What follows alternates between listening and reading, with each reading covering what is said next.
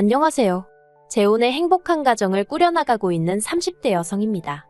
이미 다 지난 일이지만 전 남편과 있었던 이야기를 하려고 찾아왔어요. 제가 다 지난 전 남편 이야기를 꺼내는 이유는 오늘 시내에 나갔다가 전 남편을 마주쳤거든요.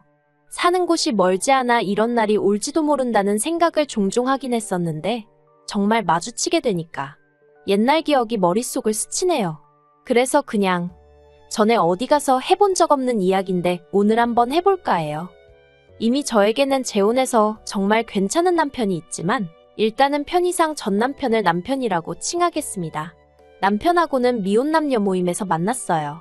만났던 시기는 겨울이었고 사실 저는 낯을 많이 가려서 그런 모임은 나가는 일이 없는데 친한 언니가 자기가 혼자 가기 쑥스럽다며 제발 같이 가달라고 졸랐거든요.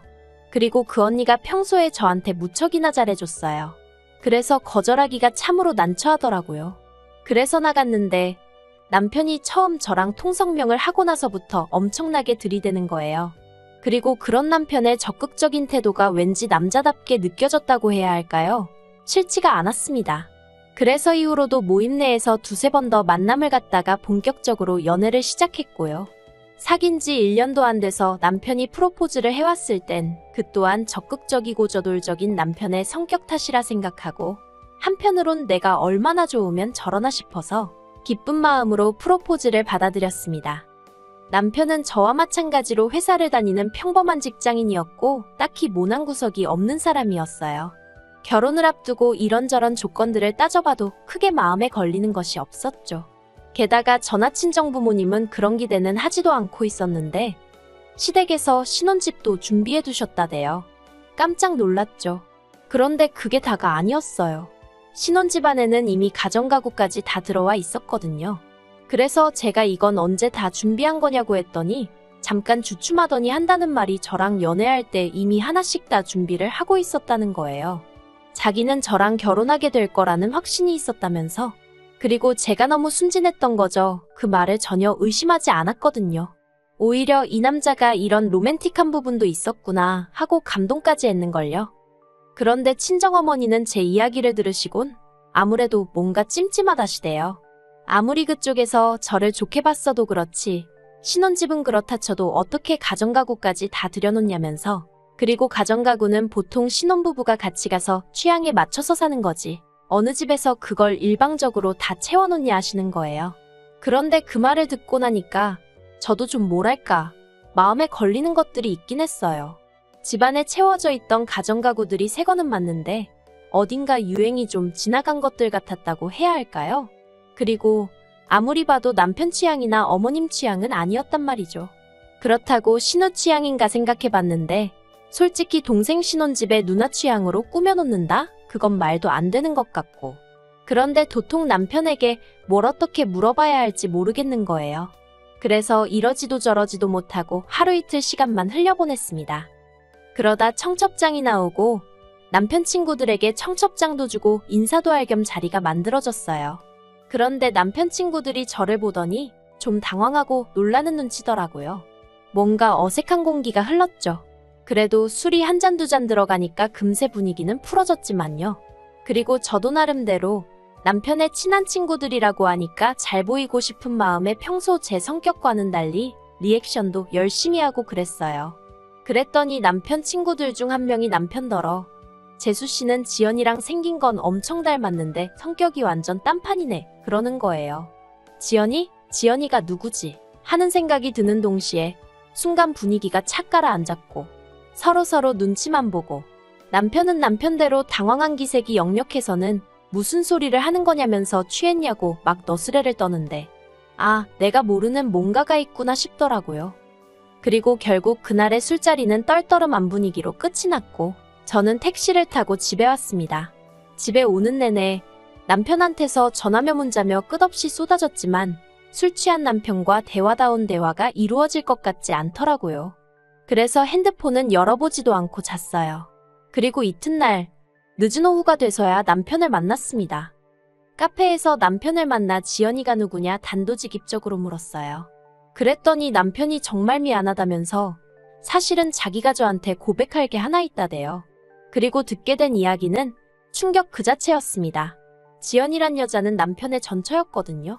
남편은 혼인신고는 안 했었기 때문에 전처라는 표현은 가당치도 않다고 했지만 제 생각은 달랐습니다. 일가 친척 지인들 다 불러놓고 결혼식을 올렸으면 혼인신고를 했건 안 했건 부부 아닌가요? 적어도 거기 왔던 사람들은 다 남편이 결혼했던 걸 기억할 테니까요. 하지만 남편은 계속해서 자기는 법적으로 깨끗하다. 그래서 미혼 남녀 모임에도 나갈 수 있었던 거라며 저를 설득하려 들더군요. 아무튼 남편 말로는 그 지연이란 여자와 결혼식을 올리고 신혼여행까지 갔지만 여행 이틀 만에 도저히 같이 못 살겠다는 생각이 들어서 파혼을 했대요. 그리고 신혼집 또한 실은 지연이란 여자와 살려던 집이었다고요. 그 이야기를 듣는 동안 정말 제가 느낀 심정은 말로 표현할 수가 없어요. 단순히 실망하고 화가 났다는 수준이 아니었죠. 배신감에 치가 떨린다는 게 이런 건가 싶었고, 그러나 중에도 내가 이 결혼식을 엎으면 어떻게 될까 하는 계산도 하게 되고, 드라마 속 여주인공들처럼 어떻게 그럴 수 있냐 소리를 찌르고 그런 것도 못하겠더라고요. 그냥 손발이 덜덜 떨리고 심장은 얼마나 벌렁거리던지 한마디로 제정신이 아니었다니까요. 저는 남편에게 우리 결혼 다시 한번 생각해보자 했고 그 길로 집에 왔습니다. 그런데 결론부터 이야기하자면 파혼은 못했어요.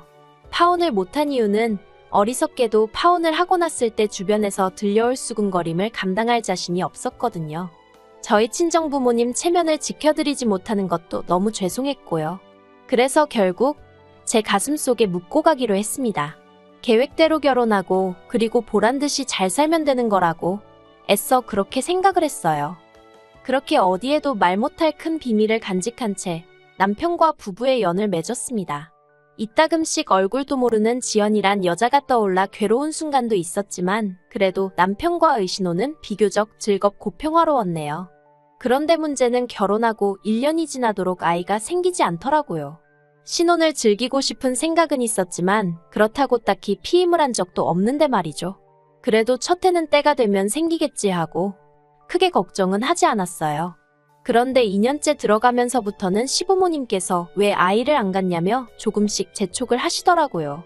그리고 남편도 왜 안 생기는지 모르겠다, 도대체 얼마나 더 노력을 해야 하냐며 농담처럼 한탄을 하고는 했는데 그런 말을 들을 때마다 왠지 저한테 문제가 있나 싶어서 조금씩 마음이 급해지는 거예요. 실제로 제가 생리가 불규칙하고 그렇다 보니 걱정도 됐고요. 그래서 처음엔 남편한테 말도 못하고 혼자 무슨 죄 지은 사람 마냥 산부인과에 갔어요. 그런데 병원에서는 저는 아무 문제가 없다면서 그냥 건강관리 잘하고 마음을 편히 가지라는 속편한 소리만 하대요. 그래서 저 일부러 취미생활도 그림 그리기니 도자기 만들기니 죄다 뭐랄까 마음을 가라앉히는 종류로만 골라서 찾아다녔어요. 그나마 가끔 한 잔씩 마시던 맥주마저 끊었고요. 퇴근 후 어떻게든 짬을 내서 1시간씩 운동하고 정말 임신하기 좋은 몸을 만드느라고 제 나름대로 최선을 다했죠. 하지만 그래도 어째서인지 아이는 생기지 않았고 게다가 저 혼자 아무리 노력을 하면 뭐하나요? 남편은 회사 일을 핑계로 걸핏하면 술에 떡이 돼서 집에 오기 일쑤였고 운동하고도 담을 쌓은 지가 오래였으니 그래서 결국 참다 못한 제가 남편한테 같이 병원에 가자고 했어요. 그런데 남편이 곧 죽어도 병원은 가기 싫답니다. 병원에서 자기 상태를 확인하는 그 과정이 수치스럽다나요? 그리고 시부모님께서도 하시는 말씀이 당신 아들에게는 아무런 문제가 없을 거랍니다. 그래서 제가 어떻게 그걸 그렇게 확신하시냐 했어요. 사실 결혼 초만 하더라도 그래도 시부모님 말씀이라면 내내하고 웬만해선 싫은 소리를 안 하던 저였지만 2년쯤 넘어가면서 임신은 안 되고 시부모님은 괜히 제 탓을 하시고 그러니 저도 할 말은 하고 살아야겠다 싶더라고요. 그래서 언젠가부턴 아니다 싶으면 조금씩 따지고 들기도 하고 싫다 소리도 하고 그렇게 성격이 바뀌었네요. 아무튼 그러고 제가 물으니 어머님이 하시는 대답이 가관이었습니다. 당신이 연초에 용하다는 점집에 다녀왔는데 당신 아들 사주에는 자식이 있다고 했다는 거예요. 그러니 병원에 가보고 어쩌고 할 필요가 없다나요? 이건 뭐 아무리 제가 논리적인 이유를 가져다 대도 사주님이 신인이 들이대시니 말이 통해야 말이죠. 게다가 남편마저 비협조적으로 나오니 제가 다 큰 성인 남자를 끌고 병원에 갈 수도 없는 노릇이었고 환장하겠더군요. 그래서 저도 그냥 될 대로 되라 하고 내버려뒀어요. 그렇다고 포기를 한 건 아니고 남편과 계속 노력은 했지만 더 이상 제가 할 수 있는 게 없었다는 뜻이에요. 언젠간 찾아와 주겠지. 그냥 그렇게 믿고 기다리는 것 말고 제가 할 수 있는 일이 없더라고요. 그러다 올해 초 퇴근하고 집에 왔는데 남편이 웬일로 저보다 먼저 와 있더라고요. 그리고 얼굴을 보니 안색이 무척이나 어두웠죠. 그래서 제가 무슨 일이라도 있었냐 물으니까 아무것도 아니라면서 제 눈을 피하대요. 그래도 한 이불 덮고 지낸 시간이 있는데 단박에 무슨 일이 있다는 건 알겠더군요. 하지만 뭐가 됐건 간에 아직 나한테 말할 준비가 안 되어 있나 보다 싶어서 더는 묻지 않았습니다. 그런데 그 후로 2주쯤 지났을 무렵인가 시부모님이 저희 집에 오셨어요. 시댁이 저희 집에서 먼 거리는 아니었지만 그래도 평일 저녁에 찾아오시는 일은 흔치 않았기에 기니할 이야기라도 있으신가 싶더군요. 그리고 역시나 제 예감은 틀리지 않았습니다. 시부모님께선 두 분 다 평소보다 훨씬 긴장한 얼굴을 하고 계셨거든요. 그래서 제가 지난번 이 사람도 그렇고 오늘 두 분도 그렇고 저한테 뭐 할 이야기가 있으신 거냐 물었어요. 그랬더니 어머님이 돌려 말하지 않겠다며 애는 안 생기고 이참에 입양을 하는 건 어떻겠냐 하시대요. 입양이라니 생각지도 못한 단어였죠. 그리고 저는 싫다고 했어요. 아직 전화 남편이나 젊고 자연임신이 안 되면 다른 방법을 시도해 볼 수도 있는데 왜 입양을 하냐고요. 그랬더니 어머님이 핸드폰을 꺼내시더니 애 사진을 하나 보여주시대요. 그래서 이게 뭐냐니까. 남편이 저더러 정말 미안하다면서 자기 애래요. 자기가 정말 미쳤었나 보다며 자기가 정말 죽을 죄를 지었다면서 말이죠. 그리고 알게 된 건 저희가 결혼 생활을 하던 중 딱 2달 떨어져 지낸 기간이 있었어요. 제가 회사 일로 해외에 2달 동안 나가 있어야 했거든요. 그리고 그때 분명히 남편에게 당신이 싫다 하면 안 가겠다고 했는데 남편이 자기는 그렇게 꽉 막힌 남자가 아니라면서 흔쾌히 다녀오라고 했죠. 그래서 정말 고마운 마음으로 다녀왔고 그 출장 덕분에 저는 승진도 했어요.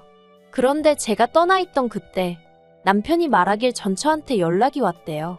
원래 대학 시절부터 친구 사이였다는 건 그때 저도 처음 들었네요. 아무튼 친구로서 고민 좀 들어달라나 뭐 그래서 정말 딱 얘기만 들어주려고 나갔답니다. 그런데 그날을 시작으로 제가 한국에 돌아올 때까지 2달 동안 아주 별짓거리를 다 했던 거죠. 남편이 변명이랍시고 하는 소리는 더 가관이었습니다. 자기는 그래도 최소한의 양심을 지키려고 피임은 꼬박꼬박 했는데 이게 어떻게 된 일인지 모르겠다면서 그런데 여자가 자기가 더는 애를 못 키우겠다고 그런다면서 그래도 자기 핏줄인데 자기가 어떻게 모른 척을 하냐고 그러대요. 그리고는 저더러 이번 한 번만 이해해주면 안 되겠냐? 애는 죄가 없지 않냐 그러는데 시부모님까지 나서서는 내가 우리 아들 사주에는 애가 있다고 말하지 않았냐. 아무래도 걔가 그 애인 것 같다. 네가 애라도 하나 낳아놨으면 우리도 걔 데려오잔 소리 안 한다. 그런데 애는 안 생기지. 밖에 떡하니 우리 핏줄이 있다지. 이러면 우리로선 모른 척 할 수가 없다. 그런 말씀만 늘어놓으시대요. 그래서 제가 남편더러 그럼 데려다 키우라고 했어요. 나랑은 이혼하고 혼자서 키우던지 말던지 알아서 하라고요. 그런데 정말 실망스러웠던 건 그러면 말이라도 남편이 이혼은 못한다 그럴 줄 알았는데 남편이 갈등을 하는 게 제 눈에 보이더라고요. 이혼도 싫고 애는 데려와야겠고 어이가 없었죠. 저요. 솔직히 100번 양보해서 밖에서 낳아온 아이라고 해도 키워줄 수 있었을지도 몰라요. 남편이 저랑 같이 임신하려고 열심히 노력을 해줬었다면 말이죠. 하지만 제가 그렇게 임신을 기다리는 동안 남편은 아무 노력도 안 해줬거든요. 하다못해 병원도 안 가줬잖아요. 그런데 이제 와서 밖에다 애를 낳아놨으니 키워달라? 세상에 어떤 정신나간 X가 좋다고 키운다고 하겠냐는 거죠. 거기다 시부모님은 기껏해서 한다는 소리가 이혼해봤자 여자만 손해라고 그러면서 저더러 너 알지? 이혼하면 너는 몸뚱아리만 나가야 돼. 여기 집이고 뭐고 다 우리가 해준 거야. 나 같으면 그게 감사해서라도 눈 딱 감고 애 키워. 애가 큰애도 아니고 어린애라 내 새끼 다 품으면 품어지는데 그걸 왜 못해. 그런 소리나 하고 계셨으니까요. 그래서 결국 남편하고는 이혼했어요. 이혼 과정은 비교적 순탄했습니다. 어머님 말씀대로 집이니 뭐니 다 남편이 해온 거라 제가 받을 건 없었고 그나마 남편하고 그 전처를 고수하려 드니까 남편이 자기가 위자료는 챙겨줄 테니 깔끔하게 마무리하자고 하더라고요. 그리고 솔직히 저도 다 짜증나고 지겨워서 에라 모르겠다 하고 5천만 원 불렀어요. 솔직히 법대로 하면 5천은 어림도 없단 얘기를 듣기도 했고, 그렇다고 5천 이상 부르면 남편이 마음 바꿔 법대로 하자고 들까봐 걱정도 되었거든요. 그리고 다행히 남편이 순순히 5천 이체해주대요. 그러면서 한다는 말이 소식은 전하고 살자는데 소름이 끼치더라니까요. 그런데 이혼하고 반년쯤 지나서 진짜 황당한 소식을 전해 들었어요. 남편 친구들 중 한 명이 알려준 건데, 저도 왜 저한테 굳이 알려준 건진 모르겠지만서도 남편 전처가 남편한테 맡기고 간 애가 남편 애가 아니랍니다. 하도 닮은 구석이 안 보여서 남편 친구들이 유전자 검사를 해보라고 부추겼는데 정말 불일치로 나올 줄은 몰랐다나요? 아무튼 그래서 남편 집안이 다 뒤집어지고 난리가 났다대요. 듣는데 이건 너무 웃겨서 제가 정말 소리내서 웃었어요. 그리고는 그 애 엄마는 어디 갔냐니까 동남아인지 어딘지로 튀었다는 소문만 있다고. 그러면서 애는 어쩌고 얘기하려는데 제가 저한테 더는 말하지 말라고 했어요. 괜히 더 알아봤자 저까지 골치만 아프지 싶어서요. 그리고 저는 1년 후에 지금의 남편을 만나게 되었어요. 지금 남편은 초혼이고 저보다 연하라서 솔직히 제가 정말 많이 밀어냈거든요. 그런데 남편이 안 떨어져 나가고 꿋꿋이 버티고 있더라고요. 아무튼 지금 남편하고도 이런저런 일이 많았지만 지금은 딸 하나를 키우며 알콩달콩 잘 살고 있습니다. 오늘 전 남편이 저랑 저희 애를 보고 무슨 생각을 했을까요? 뭐가 됐건 간에 죽도록 후회했으면 좋겠습니다. 그리고 전 시어머니께도 부디 제가 아이랑 있더라는 걸 이야기 좀 했으면 좋겠네요. 그래서 어머님이 땅을 치고 후회 좀 하시게 말이죠.